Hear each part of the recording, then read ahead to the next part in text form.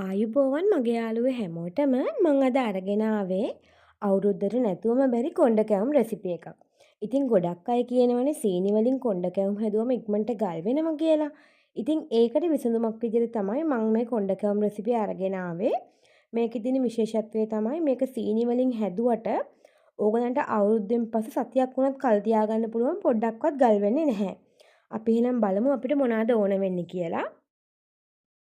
හාල් පිටි 750යි පාන් පිටි 750යි සීනි 750යි කැරමල් එක සඳහා සීනි මේස හැඳි 2යි ලුණු තේ හැඳි භාගයයි පොල් වතුර මිලිලීටර් 900යි. මෙතනදී ඔයගලන්ට පොල් වතුර නැත්නම් සාමාන්‍ය වතුර උනත් ගන්න පුළුවන්. නමුත් පොල් වතුර තියෙනවා නම් පොඩි ප්‍රමාණයක් හරි අරගන්න. ඉතුරු එකට වතුර දාගන්න පුළුවන්. ඒ කියන්නේ පොල් වතුර මිලිලීටර් 400යි නම් සාමාන්‍ය වතුර මිලිලීටර් 500යි. ඒ විදිහට හරි කමන්නේ ගන්න. මොකද ලොකු රසයක් ලබා ගන්න පුළුවන් අපේ කැවුම් එකට. ඒ වගේම හොඳ සොෆ්ට් ගතියකුත් ලැබෙනවා.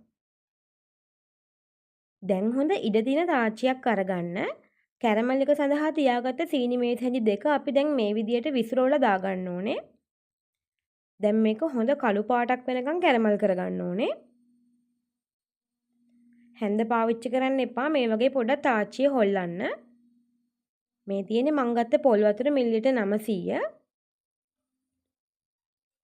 දැන් අපේ සීනි ටික හොඳට කැරමල් වෙලා තියෙන්නේ. අපිට දැන් මේ වෙලාවේදී පොල් වතුර ටික එකතු කරගන්න පුළුවන්. පොල් වතුර දාපු ගමන් මේ වගේ පොඩ්ඩක් සීනි ටික ගල් වෙනවා. නමුත් වතුර ටික රත් වෙනකොට මේක ආපහු හරියනවා.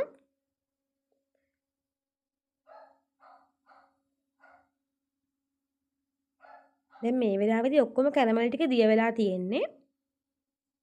පොඩ්ඩක් මේ වගේ හැඳි ගා ගන්න.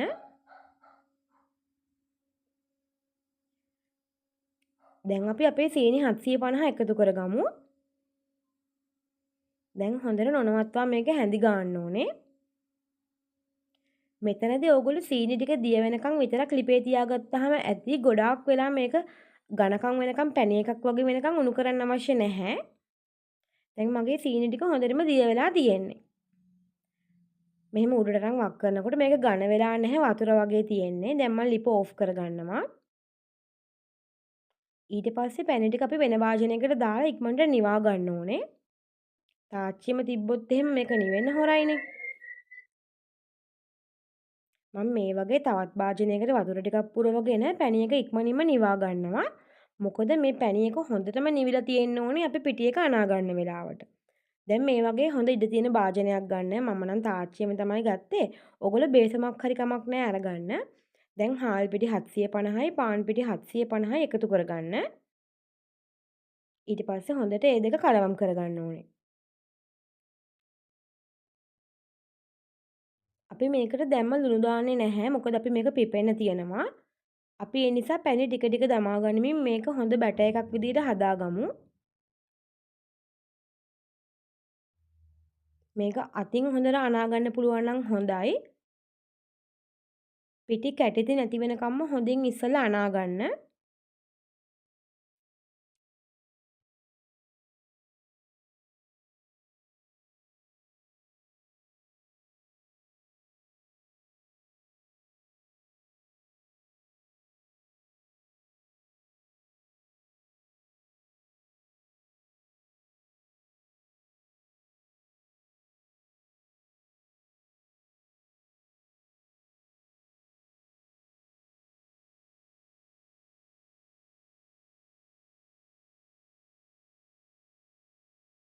පිටි කැට තියෙනවා නම් ඔයගලන්ට මේ වගේ විස්ක් එකක් ආධාරයෙන් පොඩ්ඩක් කලවම් කරගන්න පුළුවන්.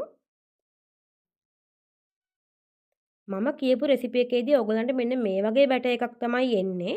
නමුත් අපි මේක පැය 5ක් වහලා පිපෙන්න තියන්න ඕනේ. එතකොට අපිට හොඳ ඝනකම මිශ්‍රණයක් ලබා ගන්න පුළුවන්. දැන් මම මේ ටික වෙනත් භාජනයකට මාරු කරගත්තා. දැන් අපි මේක වහලා හොඳට පැය 5ක් තියන්න ඕනේ. මම මෙහෙම වතුර භාජනයක් උඩින් තියාගත්තේ කූඹියයි කියලා බයට. ඉතින් මේ බලන්නකෝ පැය 5කට පස්සේ කොච්චර හොඳට පිපිලා තියෙනවද කියලා. දැන් අපි කැවුම් ටික බෙද ගන්න තෙල් ටික හොඳට රත් කරගමු. මෙතනදී තෙල් ටික හොඳටම රත් වුණාට පස්සේ ඔයගොල්ලෝ ගින්දර අඩුවම කරගන්න. මම කැවුම් හදන අච්චුවක් පාවිච්චි කරනවා. ඒ නිසා මම මේ වගේ ජොග්ගුවකින් තමයි පිටි වක් කරන්නේ. ඕගොල්ලෝ එකම ගානේ හැන්දක් කරගත්තොත් එකම ප්‍රමාණය කැවුම් හදාගන්න පුළුවන්. මුලින්ම පිටි ටික වක් කරලා ඉවර වෙලා අන්තිමට බිඳුව බිඳුව මේ වගේ දාගන්න. දැන් හොඳට කැවුම් එකට තෙල් ගහන්න ඕනේ. දැන් මේ වෙලාවේදී අපි කැවුම මැද්දට හරියටම කූර ගහලා කූර හොල්ලන ගමන් අපි තෙල් ටික ටික ගහ ගන්න ඕනේ. එතකොට කැවුමේ මැද තියෙන අමු පිටි ටික කූර දිගේ එළියට එනවා. තෙල් ගහනකොට වෙන්නේ ඒ අමු පිටි ටික ඉක්මනට හයි වෙනවා. ඒක තමයි අපිට ලස්සනට කොණ්ඩේ වගේ හදා ගන්න පුළුවන් වෙන්නේ.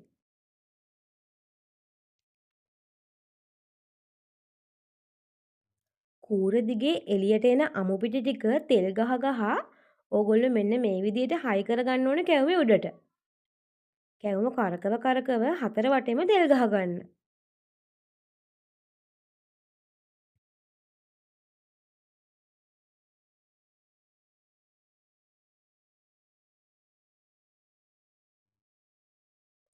දැන් අපි කැවුම් එක අච්චුවෙන් ගලව ගන්න ඕනේ.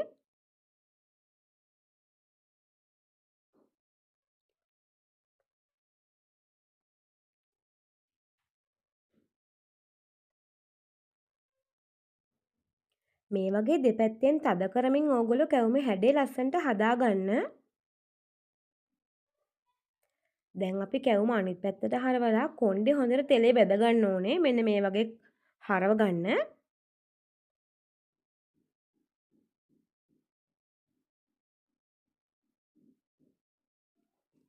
මේක අපි අඩු ගින්දරේ බැද ගන්න කියන හේතුව තමයි කැවුම මැද අමු නැතුව අපිට බැද ගන්න ඕනේ. අන්න ඒ නිසා මේ බලන්නකෝ කැවුම කොච්චර ලස්සනද කියලා. අපි තව එකක් හදාගන්න විදිය බලමු. මේ වගේ පිටි වක් කරන එක නවත්තලා ඊට පස්සේ උඩ ඉඳලා බිඳුව බිඳුව දාගන්නවා.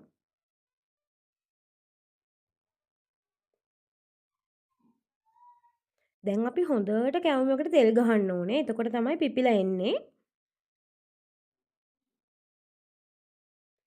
දැන් හිමීට කූර මැද්දෙන් තියලා කූර උඩට උස්සන ගමන් කරකවන්න ඕනේ. එතකොට ඔයගලන්ට පේනව නේද ලස්සනට අමු පිට එන විදිය. දැන් අපි ඒකට තමයි තෙල් ගහ ගහ කොණ්ඩේ වගේ හයි කරගන්න ඕනේ.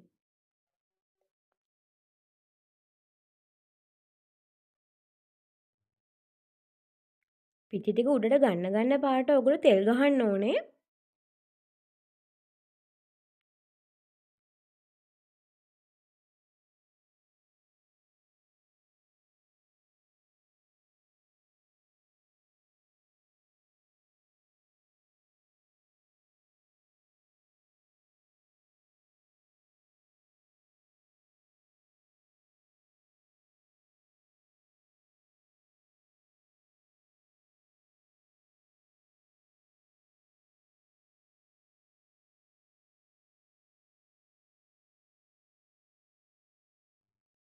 මේ වගේ හැන්දෙන් තද කර ගනිමින් ලස්සනට කොණ්ඩේ හැඩේ හදාගන්න.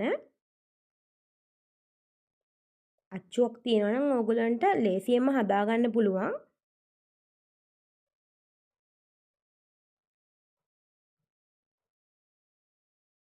වෙළඳ පොලේ රුපියල් 50කට 60කට වගේ ඔයගලන්ට මේ වගේ කැවුම් අච්චු මිලදී ගන්න පුළුවන්. ඊට පස්සේ පරිස්සමෙන් අපි කැවුම එළියට ගන්න ඕනේ.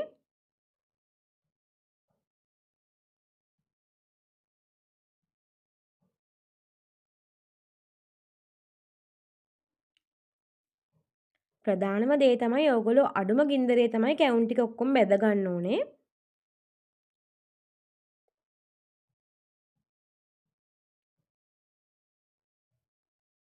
ඉතින් ඕගොල්ලන්ට මේකට ගොඩාක් වෙලා යනවා කියලා හිතෙනවා නම් තවත් ලිපක ඕගොල්ලන්ට පුළුවන් තව තෙල් තාච්චියක් තියාගෙන මේ පැත්තෙන් දැන් කොණ්ඩේ අරගන්න ගමන් කොණ්ඩේ ගත්තට පස්සේ කැවුම බැදෙන්න එහා පැත්ත තාච්චියට දාන්න. එහෙම කරාම ඕගොල්ලන්ට ඉක්මනට කැවුම් ටික හදාගන්න පුළුවන්.